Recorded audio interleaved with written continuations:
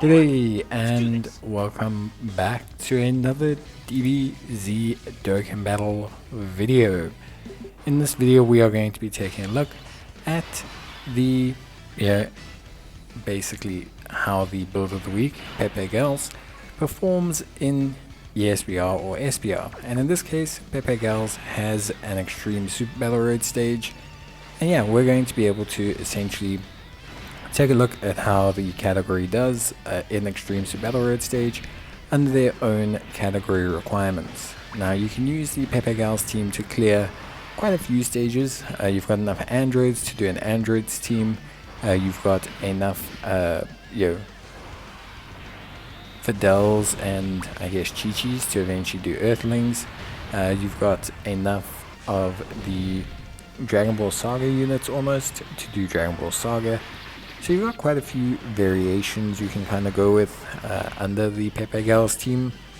You can probably do super class, you could probably do extreme class as well. So yeah, generally speaking, it's a pretty interesting way to take a look at it. So I think in general, if I want to talk about Peppy Gals, there's so many options for Esbr and Esbr, and I think this is where they're strongest. So I don't think they have the necessary units to really kind of put a huge dent into Red Zone. I think they can tackle some of them, but I do think they have a great team for Esbr and Esbr. I think overall they have really strong units. Brienne's really strong, especially after her EZA. Her constant debuffing of the opposition is huge. She lowers the opposition's attack and defense by 30%, which, in case you're wondering, is really quite massive. It's basically like running around almost with a constant mouse active, and having her on each rotation is really huge. We have Chi-Chi, who's a 120% defensive support for the Peppy Gals team, which is huge as well. We have really strong utility-based options in units like Mai and units like Oceana Shenron, who will seal and stun the opposition. We have two strong Dragon Ball Heroes units in the form of the Demon Goddess Poutine and in the form of Robaloo, who are both really strong. They seal, they stun, they can see super attacks. So there's just a lot. There's just a lot going on that makes this team really strong in Esbr. And the reason is because utility is very strong in Esbr. So things like stunning, things like sealing, things like attack lowering, things like defense lowering, all of these are very strong mechanics, and they shine in the Esbr setting. So having them kind of here in such abundance makes the team really strong. I mean, you look at Oceana Shenron, she's a really strong unit. She has the ability to do attack down, defense down, attacks favorable against all types, high chance of stunning. If the enemy is sealed, she seals the enemy. So she just looks really good. Chi-Chi seals, Mai stuns, Ribrianne herself seals, and we've got her on each rotation providing an attack and defense debuff. So there's just a lot of moving parts to this, and there's a lot of great tools that really help them conquer the Esbr and Esbr setting, which I think is good for them. I think they really shine here, and a lot of these units are very strong individually in that set. You'll notice I didn't use Videl. It's not because I don't think Videl isn't good. Videl is actually a very large amount of the offense for this team. So one thing about this team is it does take a while to clear things. It can take a substantial amount of time to actually beat content, so to say, just because it doesn't have the highest levels of damage. If you look at obviously Ribrianne, she doesn't start at huge levels of damage, and she's probably the highest unit there. So it is something you're going to have to consider. Of course, overall, I think they just have a lot of great viable Esbr and Esbr options. They don't really have any distinct weaknesses, they don't have any distinct flaws or units that give them problems. And yeah, barring the initial setup, which is the hardest part of the ESBR SBR, they do fine. Because of Ribrianne's massive attack and defense reduction, they honestly don't have that big an issue. They run very smoothly. You can set up your stuns and seals. And yeah, in general, you just tend to have a very good time. But yeah, overall, I would say probably a very, very good team and category for SBR and ESBR.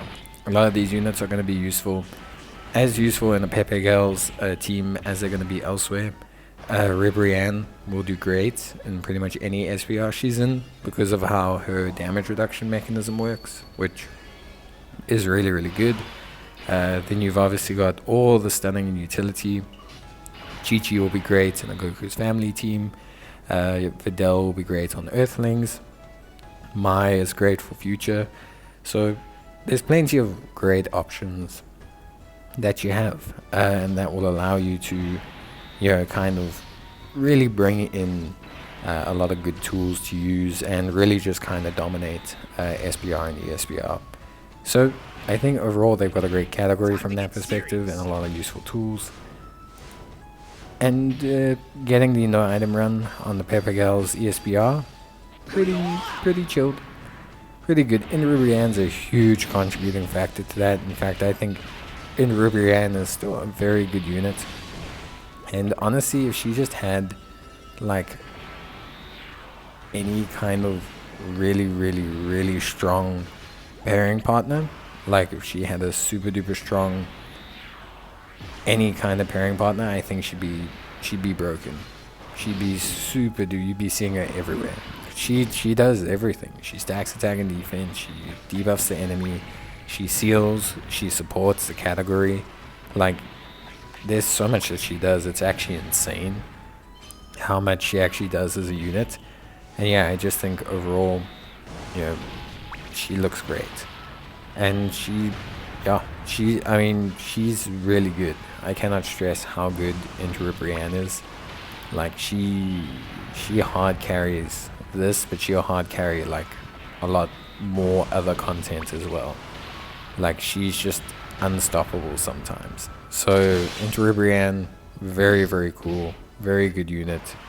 I think overall a very exciting unit. And yeah, I think in general, just good, just really solid, really enjoyable. A unit that honestly I like so much. And yeah, I think, for me at least, she's an incredibly reliable, incredibly powerful unit. So yeah, that's basically it from me. I don't think there's anything too much more really to say about their team. Just going to wrap up the run and obviously show you guys that we got the no item run, which would be cool. I think a lot of people like these things. I'm not that concerned realistically about no item runs and things like that, but I know a lot of people tend to like them. I do have a series about them. People do enjoy seeing them. So yeah, it's always good to, with these showcases and the build of the week, show the ideal team. Should be one that kind of does a no item pretty much. So yeah, really cool stuff. Super easy as well. Once you set up all the utility, the ceiling and everything, the enemy can't really do damage to you. So it doesn't really matter about your lackluster damage. You can just basically cakewalk the entire event. So yeah, pretty rad stuff. That's gonna be it from me. As you can see, no items or anything used, which is great. And yeah, that's basically it. But I'll see you guys in the next one. Till then, bye.